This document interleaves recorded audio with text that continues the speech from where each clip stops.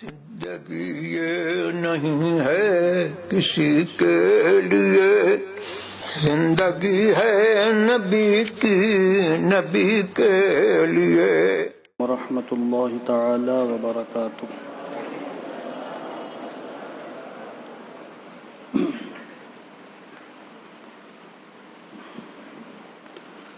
نحمده ونصلي ونسلم على رسوله الكريم،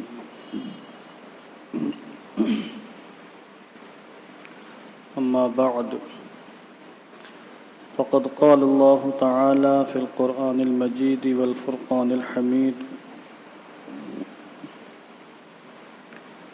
قل لا أسألكم عليه أجرا إلا المودة في القربى. وقال سيدنا رسول الله صلى الله تعالى عليه وسلم: إن الحسن والحسين هما ريحاناي من الدنيا. وقال في مقام آخر: من أحبهما أحبني ومن أبغضهما أبغضني. صدق الله العظيم وصدق رسوله النبي الأمين المكين الكريم، ونحن على ذلك لمن الشاهدين والشاكرين والحمد لله رب العالمين۔ آئیے دل لگا کر اپنی اور ساری کائنات کے مرکز عقیدت،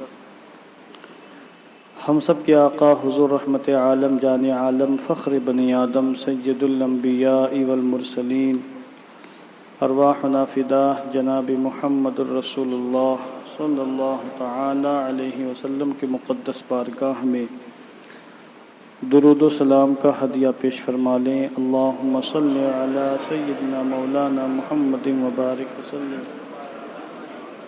صلاۃ و سلاما علیک یا رسول اللہ صلی اللہ تعالی علیہ وسلم۔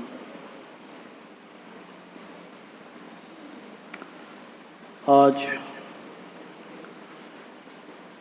ذکر سیدنا سرکار امامی عالی مقام اور دیگر اہل بیت اطہار کی نویں محفل ہے۔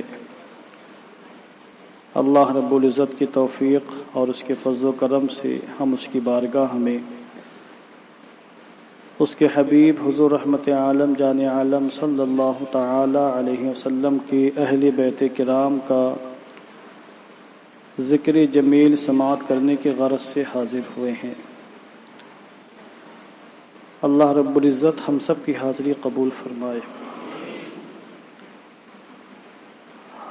جیسے جیسے عاشورہ کی تاریخ قریب آ رہی ہے، شب عاشورہ کل ہے،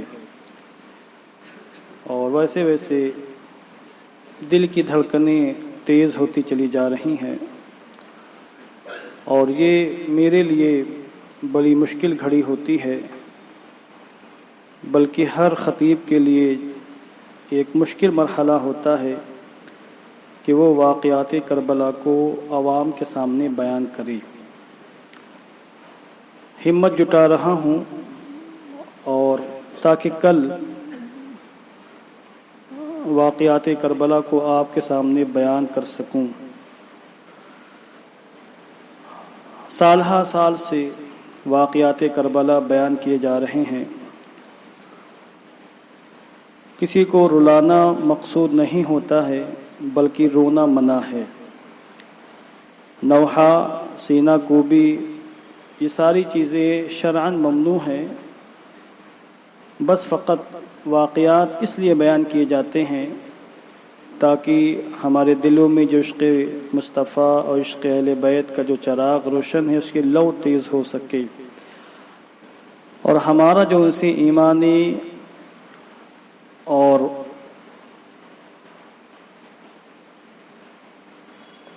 محمدی رشتہ ہے، یہ رشتہ مزید مضبوط ہو سکے، اور ہم یہ جان سکیں کہ ان نفوس قدسیہ نے دین کے تحفظ کے لیے، دین کی بقا کے لیے، ہم تک اسلامی صحیح تعلیمات پہنچانے کے لیے کتنی بڑی قربانیاں پیش کی ہیں۔ اور واقعات کربلا کو اس انداز سے بیان کرنا بھی سخت ممنوع ہے کہ معاذ اللہ یہ کہا جائے کہ یزیدیوں نے قافلہ لوٹ لیا، عزتیں پامال کر دیں، اہل بیت کرام کو ذلیل کر دیا، پانی بن کر کے بھوکا پیاسا مارا، معاذ اللہ، جس طرح شیعہ ذاکرین کرتے ہیں، اور ہمارے بعض خود جاہل قسم کے خطبہ مقررین اس طرح بیان کرتے ہیں، یہ بیان کرنا جائز نہیں ہے۔ ہمارا عقیدہ تو یہ ہے کہ اللہ نے ان کو شہادت کے منصب پر سرفراز فرمایا۔ ایک آزمائش کی گھڑی تھی جس میں وہ کامیاب و کامران ہوئے اور شہادت پہ منصب پر فائز ہو کر سرخرو ہوئے۔ یہ ان کے لیے ذلت کی بات نہیں ہے، اور اس طرح کے جملے استعمال کرنا بالکل نازیبا ہی نہیں، بلکہ میں سمجھتا ہوں کہ اگر مفتیان کرام سے فتویٰ پوچھا جائے تو ناجائز و حرام کا فتویٰ آئے گا۔ اس طرح کے جملے ان نفوس قدسیہ کی بارگاہ میں استعمال کرنا۔ بہرحال میں ہمت و جرات کر کے آج حضرات حسنین کریمین رضی اللہ تبارک و تعالی عنہما کے بعض فضائل بیان کروں گا، اور پھر میں انشاءاللہ اس تاریخ کو بھی ذکر کروں گا جس کو سماعت کرنے کے لیے آپ حضرات یہاں پر بار بار تشریف لا رہے ہیں، اور یہ آپ کے عاشق رسول اور عاشق اہل بیت کرام ہونے کی کھلی نشانی اور کھلی دلیل ہے کہ ہر سال آپ سماعت فرماتے ہیں، مگر آپ کا دل بھرتا نہیں ہے، آپ مسلسل ہر سال بار بار ان تمام چیزوں کو سننا چاہتے ہیں۔ کوئی نئی باتیں نہیں ہیں، انداز گفتگو بدل جاتا ہے، علماء اپنے اعتبار سے پیغام پیش کر دیتے، مگر گفتگو تو وہی ہے جو بار بار ہر سال ہمارے علماء بیان فرما رہے ہیں۔ درود پاک پڑھیں، اللہم صلی علی سیدنا مولانا محمد وبارک وسلم، صلاۃ و سلاما علیک یا رسول اللہ صلی اللہ علیہ وسلم۔ اور جس طرح آج کے حالات ہیں، فتنوں کا زمانہ ہے، یزیدیت کا دور ہے، ایمان دلوں سے تیزی کے ساتھ نکل رہا ہے، لوگ کفر و ارتداد کا شکار ہو رہے ہیں، فسق و فجور کا شکار ہو رہے ہیں، بے راہ روی کا شکار ہو رہے ہیں، اللہ و رسول کے محبت دلوں سے نکل رہی ہے۔ ایسے حالات میں آپ کی ہم سب کی ذمہ داری ہے کہ اپنے بچوں کو اس طرح کی محفلوں میں ضرور لائیں، قصداً سنوائیں ان کو۔ آپ کے بچے، مسلمانوں کے بچے بچپن ہی سے ٹی ویاں دیکھتے ہیں، موبائل میں فلمیں سنتے ہیں، فلمیں دیکھتے ہیں، ان کو دنیا بھر کے جو زیرو فلمی دنیا کے ہیں ان کے بارے میں خوب معلومات حاصل ہوتی ہے۔ اسکول میں بھی کوئی ان کی تربیت نہیں ہوتی، صرف پڑھائی ہوتی ہے، پڑھائی پر ہی فوکس کیا جاتا ہے۔ ماں باپ بھی اگر بچوں کی تربیت پر توجہ نہ دیں تو بچے کہاں سے سیکھیں گے؟ بتائیں ہمیں آپ، کہاں سیکھیں گے؟ اس لیے ماں باپ کی ذمہ داری ہے کہ اس طرح کی محفلوں میں بچوں کو لائیں، موبائل پر بھی توجہ دیں، بچے غلط استعمال نہ کرنے پائیں، اچھی چیزوں موبائل میں بچے دیکھیں، سنیں، تاکہ وہ ایک دینی ماحول میں پروان چڑھیں اور حسینیت کا جذبہ ان کے اندر پیدا ہو۔ ورنہ صرف کہنے سننے سے حسینیت کا جذبہ پیدا نہیں ہو سکتا ہے، بچے حسینی نہیں بن سکتے ہیں جب تک کہ ان کو حسینی بنانے کی مکمل کوشش نہ کی جائے، اور گھر میں ایک حسینی نظام نہ بنایا جائے تب تک بچے حسینی نہیں بن سکتے ہیں۔ ہم لاکھ نعرہ ماریں اور اس طرح کے کھوکھلے نعروں کی کوئی حیثیت نہیں ہے۔ آج میں حضرت امام حسن، امام حسین سلام اللہ علیہما کے بارے میں تھوڑی سی گفتگو کروں گا، احادیث کریمہ پیش کروں گا، اور پھر کچھ باتیں انشاءاللہ مزید آگے ہوں گی۔ شاید آپ کا آج کا بیان تھوڑا سا کچھ طویل ہو جائے، اگر طویل ہو جائے تو معذرت چاہوں گا۔ کل آپ باقاعدہ قضاء حاجت سے فارغ ہو کر آئیے گا، کل کا بیان کچھ مزید طویل ہونے والا ہے کیونکہ وہ عاشورہ کا بیان ہے۔ حضرت سیدنا امام حسن 15 رمضان المبارک کو 3 ہجری میں پیدا ہوئے، اور میں نے کل آپ کے سامنے بیان کیا حضرت خاتون جنت کی زندگی کے حالات میں کہ سن 2 ہجری میں آپ کا نکاح علی شیر خدا مولا کائنات سے ہوا۔ پہلے آپ کا نکاح اللہ نے عرش پر فرشتوں کے سامنے اہتمام فرمایا، پھر زمین پر حضور رحمت عالم نے نکاح کا اہتمام فرمایا، اور نکاح کے ٹھیک تقریباً 1 سال کے بعد 15 رمضان المبارک کو 3 ہجری میں حضرت امام حسن پیدا ہوئے۔ جب امام حسن پیدا ہوئے تو حضرت علی شیر خدا ان کو حضور کی بارگاہ میں لائے اور کہا کہ حضور آپ ہی اس کا نام منتخب فرمائیں۔ پہلے حضور نے کہا اے علی اس کا نام رکھو، کہا نہیں حضور آپ اس کا نام منتخب فرمائیں۔ اب اس شہزادی کی عظمت دیکھیں آپ، حضور نے فرمایا اس کا نام اللہ منتخب فرمائے گا۔ اور تھوڑی دیر کے بعد جبریل امین حضور کی بارگاہ میں آئے اور کہا یا رسول اللہ صلی اللہ تعالی علیہ وسلم، اللہ نے یہ فرمایا ہے کہ ہارون علیہ السلام کے دو بیٹے تھے، ایک شبر اور ایک شبیر، جس کو کچھ لوگ شبر اور شبیر پڑھتے ہیں، مگر یہ میری سمجھ سے بالاتر ہے۔ ایک کا نام شبر اور ایک کا نام شبیر۔ یا رسول اللہ، اللہ نے فرمایا کہ ہارون کے بیٹے شبر کے نام پر اس کا نام رکھیے آپ۔ شبر سریانی زبان کا لفظ ہے، عربی میں اس کا ترجمہ ہوتا ہے حسن، تو حضور نے ان کا نام حسن رکھا۔ اور پھر لعاب دہن ان کے منہ میں ڈالا، اور 7ویں دن حضور نے عقیقہ فرمایا۔ اور عقیقہ فرمانے میں آپ نے یہ اہتمام فرمایا کہ حضرت امام حسن کے بالوں کو، جو پیدائشی بال تھے، ان کو صاف کیا، منڈوایا، اور بالوں کے برابر چاندی صدقہ راہ خدا میں صدقہ کی غریبوں کو دی۔ آپ بھی یہ تہیہ کریں، جب بھی آپ کے ہاں بچے پیدا ہوں، اللہ جب بھی آپ کے خاندان میں بچے دے تو آپ 7ویں دن عقیقے کا اہتمام فرمائیں، یہ سنت ہے۔ اور بچوں کے جو پیدائشی بال ہوتے انہی کو عقیقہ کہا جاتا ہے عین سے، اس کو کچھ لوگ حقیقہ کہتے ہیں، وہ غلط ہے، عقیقہ ہے عین سے۔ انہی پیدائشی بالوں کو عقیقہ کہا جاتا ہے، انہی کو آپ تولوا لیں، اور 2 3 4 5 گرام ان کا جو بھی وزن ہو اتنی وزن کے برابر چاندی آپ راہ خدا میں صدقہ کر دیں۔ اور حضور نے یہ کیا۔ اور جس وقت حضور کا وصال ہوا امام حسن 7.5 سال کے تھے، مگر آپ کو حیرت ہوگی کہ 7.5 سال کی عمر ہے اور تقریباً 13 احادیث کریمہ امام حسن سے مروی ہیں۔ اور 7.5 سال کی عمر ہوتی کیا ہے؟ ہمارے یہاں تو بچے 7.5 سال کی عمر میں کچھ سمجھتے نہیں، مگر امام حسن نے اتنی قلیل عمر میں آپ سے یعنی حضور کی 13 روایتیں بیان فرمائیں، 13 احادیث کریمہ بیان فرمائی ہیں۔ یہ ایک اچھی خاصی تعداد ہے، اور یہ امام حسن کا قوت حافظہ۔ اب آپ آگے چلیے۔ امام حسین رضی اللہ تعالیٰ عنہ کی پیدائش امام حسن کی پیدائش کے تقریباً 8.5 مہینے کے بعد 5 شعبان المعظم 4 ہجری میں امام حسین کی پیدائش ہوئی۔ اور جب امام حسین کی پیدائش ہوئی تو حضور تشریف لائے اور کہا اے علی اس کا نام رکھا، کہا حضور آپ اس کا نام منتخب فرما دے، کہا اس کا نام حسین ہے۔ حضور نے حسین نام رکھا اور لعاب دہن منہ میں ڈالا، کان میں اذان دی، اور پھر 7ویں دن امام حسین کا بھی عقیقہ فرمایا۔ اور آپ نے یہ تاریخی جملہ ارشاد فرمایا ان الحسن والحسین اسمان من اہل الجنہ، کہ حسن حسین یہ دنیاوی نام نہیں بلکہ جنتی نام ہے، جنت سے اللہ نازل فرمائے ہیں۔ اور یہ تاریخ بھی حضور نے فرمایا کہ اللہ نے ان دونوں ناموں کو چھپا کر رکھا تھا، زمانے جاہلیت میں بھی کسی کو یہ نام سوجھے نہیں، حتیٰ کہ حضور نے اپنے دونوں نواسوں کا نام رکھا، ایک کا نام حسن ایک کا نام حسین۔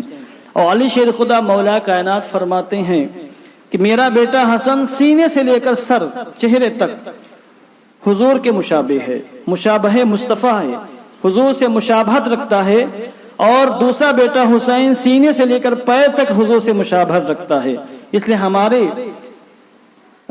امام نے بہت پیاری بات کہی ہے، معدوم نہ تھا سایہ شاہ ثقلین، اس نور کی جلوہ گاہ تھی ذات حسنین، تمثیل نے اس سایہ کے 2 حصے کیے، ایک سے حسن بنے ہیں تو دوسرے سے حسین۔ کہتے ہیں حضور کا سایہ نہیں تھا، یقیناً سایہ نہیں تھا، تو اسی سایہ نہ ہونے کو امام عشق و محبت سرکار اعلی حضرت نے اپنی عشق و محبت کی زبان میں یوں بیان فرمایا کہ حقیقت یہ ہے کہ حضور کے سایہ کے 2 حصے کر دیے گئے، اور ایک حصے سے امام حسن اور دوسرے حصے سے امام حسین بن گئے۔ یہ عشق و محبت کی زبان ہے، بہر اس کا حقیقت سے تعلق نہیں۔ عشق و محبت کی زبان ایک دوسری زبان ہوتی ہے، اس کو سمجھنے کے لیے پھر عشق و محبت چاہیے۔ جس کو عشق آتی ہے وہ عشق و محبت کا زبان، عشق و محبت کی زبان سمجھتا ہے اور عشق و محبت کی کتاب کو بھی وہ سمجھتا ہے۔ بہرحال امام حسن کی پیدائش کے حوالے سے، امام حسین کی پیدائش کے حوالے سے میں نے آپ کے سامنے جو کتابوں کے اندر خلاصہ ہے وہ میں نے بیان کیا ہے۔ اب میں چند روایتیں امام حسن کے بارے میں بیان کروں گا جس میں صرف امام حسن کا ذکر ہے، بار روایتیں وہ پیش کروں گا جن میں صرف امام حسین کا تذکرہ ہے، پھر وہ روایتیں پیش کروں گا جن میں ایک ساتھ دونوں کا ذکر جمیل ہے اور حضور نے دونوں کا تذکرہ ایک ساتھ فرمایا ہے۔ حضرت ابو بکرہ رضی اللہ تعالیٰ عنہ فرماتے ہیں کہ میں نے مسجد شریف میں حضور کو دیکھا، حضور خطبہ ارشاد فرما رہے ہیں اور آپ کے بازو میں امام حسن بیٹھے ہیں۔ حضور کی غیب دانی دیکھیں آپ اور حضور کا منصب رسالت دیکھیں۔ حضور کبھی امام حسین، امام حسن کا چہرہ دیکھتے، کبھی اپنے صحابہ کو دیکھتے، کبھی حسن کو دیکھتے، کبھی صحابہ کو دیکھتے، پھر آپ نے ارشاد فرمایا ابنی ھذا سید لعل اللہ ان یصلح بہ بین فئتین من المسلمین۔ آپ نے مستقبل میں ہونے والے کئی سالوں کے بعد جو چیز ہونے والی تھی، حضور نے اپنے صحابہ کے مابین یہ فرمایا کہ یہ میرا بیٹا سردار ہے، سردار ان قریب اللہ اس میرے بیٹے کے ذریعے سے مسلمانوں کی دو بڑی جماعتوں کے مابین صلح فرما دے گا اور قتل و قتال کا خاتمہ ہو جائے گا۔ اور بعد میں دنیا نے دیکھا کہ جب حضرت علی مولا کائنات شیر خدا رضی اللہ تعالیٰ عنہ شہید ہو گئے اور ان کے مقام پر مسلمانوں نے امام حسن کو خلیفۃ المسلمین بنایا اور آپ کوفہ کی سرزمین پر مسلمانوں کے 5ویں خلیفہ راشد بنے، اور پھر حالات ایسے خراب ہو گئے، میں ان حالات میں جانا نہیں چاہتا کیونکہ اس زمانے میں جو مشاجرات ہوئے، صحابہ کے مابین جنگیں ہوئی، ہم مسلمانوں کو منع ہے ان میں پڑھنا، تو میں وہ ساری باتیں آپ کے سامنے نہیں رکھنا چاہتا ہوں کہ وہ جنگیں کیوں ہوئیں، کیسے ہوئیں، کن حالات میں ہوئیں، چونکہ بیان کرنا ممنوع ہے، سلامتی اس لیے میں ہے، بس اتنا سمجھ لے کہ حالات ایسے خراب ہو گئے چونکہ حضرت امیر معاویہ رضی اللہ تعالیٰ عنہ جو حضور کے صحابی ہیں اور ملک شام کے گورنر تھے، ملک شام کے بعد میں بادشاہ بھی بنے اور ایک زمانے سے وہاں ان کی حکومت تھی، حضرت علی مولا کائنات کے مقابلے میں وہ آ گئے، ان سے اجتہادی غلطی ہو گئی تھی اور علی مولا کائنات سے باقاعدہ جنگ ہوئی جس میں ہزاروں مسلمان شہید ہو گئے تھے، جس میں صحابہ بھی تھے، تابعین بھی تھے اور عظیم الشان ہستیاں تھیں جو اس جنگ میں شہید ہوئی تھیں۔ جب امام حسن کو خلیفہ بنا دیا گیا تو حضرت علی کے شہزادے امام حسن اور حضرت امیر معاویہ میں بھی جنگ جیسے حالات پیدا ہو گئے۔ حضرت امیر معاویہ باقاعدہ فوج لے کر امام حسن کے مقابلے میں آتے ہیں۔ امام حسن رضی اللہ تعالیٰ عنہ نے دیکھا کہ حالات خراب ہیں، حالانکہ امام حسن کے ہاتھوں پر تقریباً 40,000 عربوں نے بیعت کی تھی اس نام پر، کیا امام حسن ہم آپ کے نام پر اپنا سر قلم کروا دیں گے، آپ کے نام پر اپنی عزت و آبرو کو قربان کر دیں گے، مگر امام حسن نے دیکھا کہ گزشتہ جنگوں میں، جنگ صفین اور جنگ جمل میں کافی مسلمانوں کو نقصان ہو چکا ہے، مزید اگر جنگیں ہوں گی تو اسلام کا شیرازہ منتشر ہو جائے گا، اسلام کمزور ہو جائے گا اور اسلام کی جو ترقی ہو رہی ہے اور اسلام تیزی کے ساتھ دنیا میں جو پھیل رہا ہے اس کی ترقی رک جائے گی۔ امام حسن کی دور بھی نظریں دیکھ رہی تھیں تو انہوں نے حضرت امیر معاویہ سے صلح کا پیغام بھیجا اور کہا ہم بیٹھ کے صلح کر لیتے ہیں تاکہ ہماری جنگیں ختم ہو جائیں اور ہم تمہارے حق میں دستبردار ہو جاتے ہیں، اپنی خلافت سے استعفیٰ دے کر تمہارے ہاتھوں میں بیعت کر کے ہم تم کو مسلمانوں کا خلیفہ بنا دیتے ہیں۔ یہ امام حسن نے حضرت امیر معاویہ کو پیغام بھجوایا اور ان کو اپنے پاس بلایا۔ امام حسین رضی اللہ تعالیٰ عنہ کی بات معلوم ہوئی تو آپ امام حسن کے پاس آئے اور کہا بھائی جان آپ باپ جان کو مت جھٹلائیے، کہیں ایسا نہ ہو کہ آپ کی اس عمل کے ذریعے سے، اس فیصلے کے ذریعے سے ابو جان مولا علی کو قبر انور کے اندر کہیں تکلیف نہ ہو۔ امام حسن نے کہا اے حسین تم چھوٹے ہو، میں بڑے ہوں، میں بڑا ہوں، میں اس سارے معاملات کو تم سے زیادہ بہتر سمجھتا ہوں اور مجھے پتا ہے کہ مجھے کیا کرنا ہے، مجھے کیا نہیں کرنا ہے۔ امام حسن نے امام حسین کو بالکل مطمئن فرما دیا اور پھر آپ نے علی مولا حضرت امیر معاویہ کو بلوا کر ان کے ہاتھوں میں بیعت کر لی، اور وہ جنگ جو ایک زمانے سے مسلمانوں کے مابین جاری تھی، اس جنگ کا مکمل طریقے سے خاتمہ ہو گیا۔ پورے عالم اسلام کے حضرت امیر معاویہ خلیفۃ المسلمین بن گئے، اسلام کے پہلے بادشاہ بنے، اور پھر اسلام کی جو ترقی رک چکی تھی پھر اسلام کی ترقی ہونے لگی۔ اور اس طریقے سے حضور نے جو فرمایا تھا میرا یہ بیٹا سردار ہے، ان قریب اس کے ذریعے سے اللہ رب العزت مسلمانوں کے دو گروہوں کے مابین صلح فرما دے گا۔ یہ جو پیش گوئی تھی حضور کی، یہ حرف بحرف کئی سالوں کے بعد بالکل مکمل طریقے سے صادق آ گئی۔ یہ امام حسن کا عظیم الشان کارنامہ ہے، اور آپ نے اپنی خلافت سے دستبردار ہو کر یہ سمجھ لیجئے کہ ہزاروں مسلمانوں کو شہید ہونے سے، مرنے سے بچایا ہے۔ یہ حضرت علی مولا کائنات کے شہزادے کی عظیم ترین قربانی ہے۔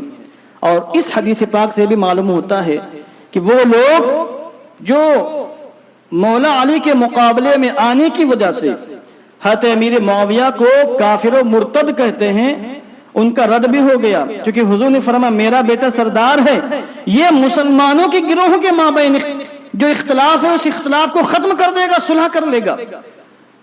تو اس کا مطلب کہ حضرت امیر معاویہ سے اگر سے چوک ہو گئی تھی، حضرت علی مولا کائنات کے مقابلے میں آ کے، امام برحق کے مقابلے میں آ کے اسے چوک ہو گئی تھی، اجتہادی غلطی تھی، مگر وہ صحابی ہیں، ان کی عظمت مسلم ہے، ان کی شان میں ایک جملہ بولنا بھی ناجائز ہے، اور حضور نے خود ان کو اسلام کی، مسلمانوں کی سرٹیفکیٹ دی، سند دی حضور نے، اور فرمایا میرا بیٹا دو مسلمانوں کے گروہوں کے درمیان صلح فرمائے گا۔ تو اگر مسلمان نہ ہوتے حضور ان کو مسلمان نہیں کہتے۔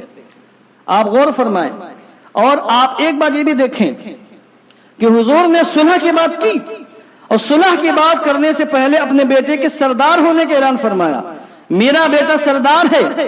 اس کا مطلب یہ ہوا کہ حضرت امام حسن نے حضرت سیدنا امیر معاویہ کے ہاتھ میں ہاتھ دے کر ان کی بادشاہت کا جو اعلان فرمایا، اور آپ کے اعلان فرمانے سے وہ پورے عالم اسلام کے بادشاہ بن گئے، اس بادشاہت سے عظیم وہ سیادت ہے جو حضور نے بہت پہلے اپنے بیٹے، اپنے نواسے امام حسن کو عطا فرمائی تھی، اور جس سیادت کے بارے میں حضور نے اعلان فرمایا تھا کہ میرا یہ بیٹا سردار ہے، میرا یہ بیٹا سردار ہے، یہ سیادت اس بادشاہ سے زیادہ عظیم ہے۔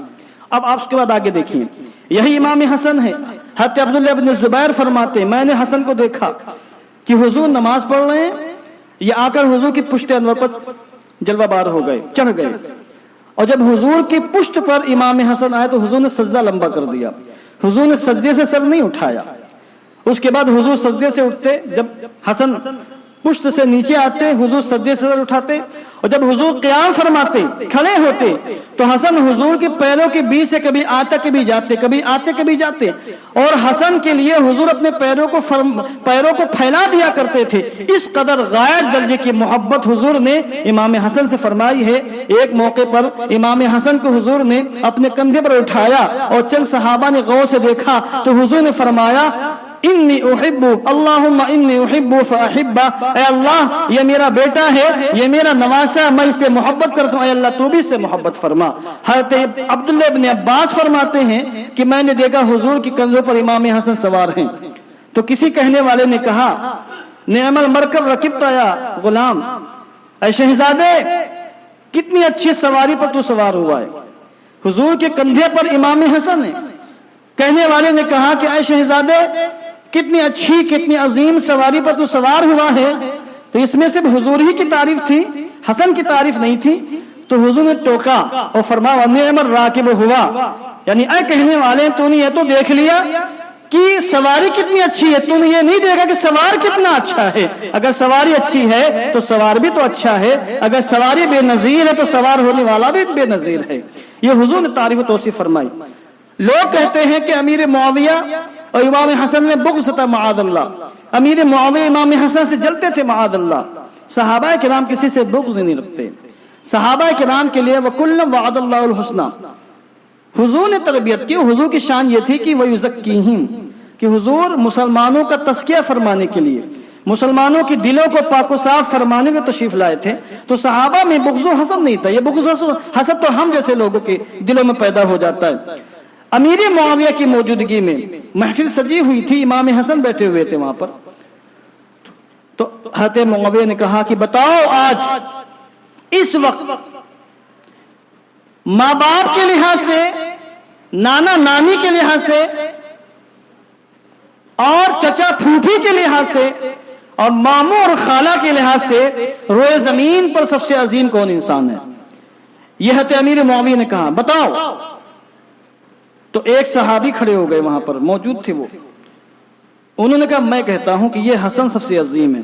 کہا کیسے؟ کہا ان کی ماں تمام عورتوں کے سردار ہیں، ان کے باپ حیدر کرار ہیں، ان کے باپ بھی بے نظیر، ان کی ماں بھی بے نظیر، ان کے نانا حضور رحمت للعالمین ہیں، ان کی نانی حضرت خدیجۃ الکبریٰ ہیں، ان کے ماموں حضور کے شہزادے ہیں حضرت قاسم، حضرت عبداللہ، حضرت ابراہیم، ان کی خالائیں حضور کی بیٹیاں ہیں حضرت زینب، حضرت ام کلثوم، حضرت رقیہ، ان کے چچا حضرت جعفر طیار ہیں اور ان کی پھوپھی حضرت ام ہانی ہیں رضی اللہ تعالی عنہم اجمعین. یہ وہ عظیم ہستی ہیں کہ ماں باپ کے لحاظ سے بھی، نانا نانی کے لحاظ سے بھی، پھوپھا پھوپھی کے لحاظ، پھوپھا چچا کے لیے، پھوپھی اور چچا چچا کے لحاظ سے بھی، ماموں اور خالہ کے لحاظ سے بھی ایسے عظیم ہستی ہیں کہ ان کی کوئی نظیر نہیں ہے، ان کی کوئی مثال نہیں ملتی ہے. لوگ یہ سمجھ رہے تھے کہ شاید امیر معاویہ ناراض ہو جائیں کیونکہ ان کا مزاج تھا، بنی امیہ کے لوگ تھے. مگر حضرت امیر معاویہ نے کھڑے ہو کر اعلان فرمایا کہ مالک تم نے بالکل سچ کہا ہے، بات وہی ہے جو تمہاری زبان سے نکلی ہے کہ روئے زمین پر حسن سے زیادہ عظیم کوئی نہیں ہے. جو کہ نواسہ مصطفیٰ ہیں، وہ اور آپ کے چھوٹے بیٹے امام حسین نواسہ مصطفیٰ ہیں. اور آج ایک صاحب کیرلا کی سرزمین سے پیدل حج کرنے جا رہے ہیں. میرے خیال سے کہاں افغانستان پہنچے، کہاں پہنچے کچھ پتہ نہیں ہے. پاکستان پہنچے تو خبر آئی تھی کہ پاکستان پہنچ چکے ہیں، خشکی کے راستے سے جا رہے ہیں وہ. تو بلا وجہ کچھ لوگوں نے واویلے مچا کے رکھا ہوا ہے. سوشل میڈیا پر میں نے ایک ایسی پوسٹ دیکھی کہ اس بندے کی فوٹو ہے، شہاب غالباً نام ہے، شہاب نام ہے، اور اس کو یوں کاٹ دیا ہے بائیکاٹ کے، جو بائیکاٹ کا نشان ہوتا ہے. یعنی یہ جو پیدل سفر حج کر رہا ہے، بائیکاٹ اس کا غلط ہے. یہ کیوں بھائی غلط ہے؟ زبردستی غلط ہے. تم سے کس نے فتویٰ پوچھا؟ فتویٰ دینے کے لیے تیار ہو گئے. ایک بندہ اپنا پیسہ خرچ کر رہا ہے، اپنی محنت خرچ کر رہا ہے، اپنے پیروں سے چل کے جا رہا ہے، جانے دو اس کو، برکتیں لوٹے گا وہ، کمالات اس کو حاصل ہوں گے. بھائی نہ فرض ہے، نہ واجب ہے، نہ ناجائز و حرام ہے، جائز کام ہے پیدل سفر کرنا. اور اگر اچھی نیت سے انسان کرتا ہے تو اس کو برکتیں ملتی ہیں، سعادتیں ملتی ہیں، بے شمار ثواب ملتا ہے اس کو. تو انما الاعمال بالنیات، بہت سے جائز کام اچھی نیتوں سے بہت اچھے ہو جاتے ہیں، ان کا ثواب بہت زیادہ ہو جاتا ہے. تو دیکھیے امام حسن نے 25 حج پیدل فرمائے. کتنے؟ ایک دو نہیں، 25 حج. اور امام حسین نے بھی 25 حج پیدل فرمائے. اور اس میں یا تو دو معنی ہو سکتے ہیں کہ مکہ المکرمہ آنے کے بعد آپ نے جو مناسک حج ادا کیے، پیدل ادا کیے، کہ مکہ سے آپ کوفہ پیدل آئے، مکہ سے مینا پیدل آئے، مینا سے مزدلفہ پیدل تشریف لے گئے، عرفات، پھر عرفات سے مزدلفہ، پھر مزدلفہ سے مینا، پھر مینا سے مکہ المکرمہ پیدل آپ نے سفر کیا. ایک یہ بھی معنی ہو سکتا ہے. اور یہ بھی ہو سکتا ہے جو میرا وجدان کہتا ہے، حالانکہ میں نے کہیں پڑھا نہیں، مگر یہ معنی زیادہ قریب ہے کہ حضرت امام حسن امام حسین حج بیت اللہ کے لیے مدینہ منورہ سے مکہ المعظمہ پیدل تشریف لائے ہیں، اور 25 مرتبہ یہ عمل آپ نے بار بار دہرایا ہے. تو اس کا مطلب یہ ہوا کہ امام حسن امام حسین کے ساتھ اور امام حسین امام حسن کے ساتھ حج بیت اللہ کے لیے تشریف لاتے تھے. 25 حج ان کے ہوئے اور 25 حج آپ کے ہوئے. امام حسن رضی اللہ تعالیٰ عنہ کی شان یہ بھی ہے کہ آپ کو اللہ نے سخاوت کی جوہر سے مالا مال فرمایا تھا. کئی بار ایسا ہوا کہ حضرت امیر معاویہ نے، چونکہ وہ وظیفہ بھیجتے تھے، لاکھوں لاکھ درہم آپ کی بارگاہ میں بھیجے امام حسن کی بارگاہ میں، اور آپ نے قبول فرمایا اور ایک ہی محفل میں ان درہموں کو راہ خدا میں خرچ کر ڈالا. بلکہ ایک ایک شخص کو 1-1 لاکھ درہم دے کر آپ نے سارے درہموں کو خرچ فرما دیا. یہ آپ کی جود و سخاوت تھی.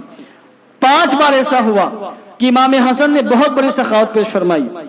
3 بار آپ نے اپنی پوری جائیداد جوڑ کر آدھی جائیداد راہ خدا میں خرچ کی، اور 2 مرتبہ آپ نے مکمل پوری جائیداد راہ خدا میں خرچ فرما دی. گویا کہ 2 مرتبہ آپ نے سنت صدیقی پر عمل کیا اور 3 مرتبہ آپ نے سنت فاروقی پر عمل کیا ہے. جگر ہونا چاہیے. ہم میں سے کسی کا اتنا جگر نہیں ہے کہ جتنی پراپرٹی جتنی جائیداد ہمارے پاس ہے ہم راہ خدا میں خرچ کر دیں. اتنی مضبوط دل ہمارے نہیں. اٹیک آ جائے گا, موت آ جائے گی, انتقال ہو جائے گا. جو کہ ہم پر دنیا غالب ہے, وہ اللہ والے تھے, انہوں نے کر کے دکھایا ہے. اور اس لیے کر کے دکھایا کہ تم ہماری نظیر نہیں پیش کر سکتے ہو, ہمارے نقش قدم پر چل کر کامیاب تو ہو سکتے ہو لیکن مجھ جیسے بن نہیں سکتے ہو. یہ کر کے دکھایا نفوس قدسیہ نے. اس لیے ہمارے امام نے اسی مقام ایک شعر کہا ہے, حسن مجتبی سید الاسخیاء, حسن مجتبی سید الاسخیاء, راکب دوش عزت پہ لاکھوں سلام. وہ شہید بلا شاہ گلگو قبا, بے کسے دشت غربت پہ لاکھوں سلام. یہ امام حسین کے شان میں ہمارے امام نے فرمایا ہے. تو یہ وہ چند روایتیں ہیں جن میں صرف امام حسن کا تذکرہ ہے. مگر اچھے لوگوں کے بھی دشمن ہوتے ہیں. کوئی انسان زندگی بھر کوشش کر لے کہ دنیا کے سارے انسان اس سے خوش ہو جائیں, راضی ہو جائیں, یہ ممکن ہی نہیں ہے.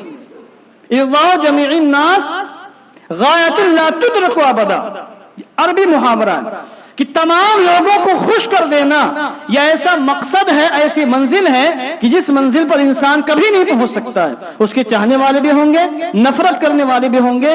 امام حسن جیسے عظیم الشان ہستی, ان سے بھی لوگ نفرت کرنے والے تھے اس زمانے میں, بغض و حسد رکھنے والے تھے. اور ایسا بغض و حسد معاذ اللہ کہ آپ کو 5 مرتبہ زہر دے کر شہید کرنے کی کوشش کی گئی امام حسن کو. کبھی شہد میں زہر ملا کر دیا گیا, آپ نے پیا.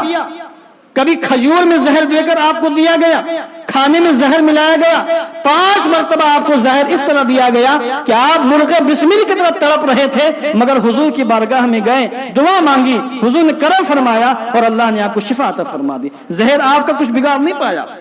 دشمن حق کا بکا کہ ہم ان کو زہر دے رہے ہیں اور خطرناک ترین زہر, مگر زہر اثر نہیں کر رہا ہے. تو انہوں نے ہیرے کی کنی پیس کر آپ کی سراہی میں ڈلوائی, اور جب آپ نے پانی پیا جس میں ہیرے کے ذرات تھے, کنی تھی, تو جب آپ نے پانی پیا اور پانی حلق کے نیچے اترا تو آپ کو محسوس ہو گیا کہ اس کے اندر ہیرا ملا ہوا ہے اور ہیرے نے آپ کے جسم کو اندر سے بالکل چیر پھاڑ کر رکھ دیا ہے. اللہ اکبر.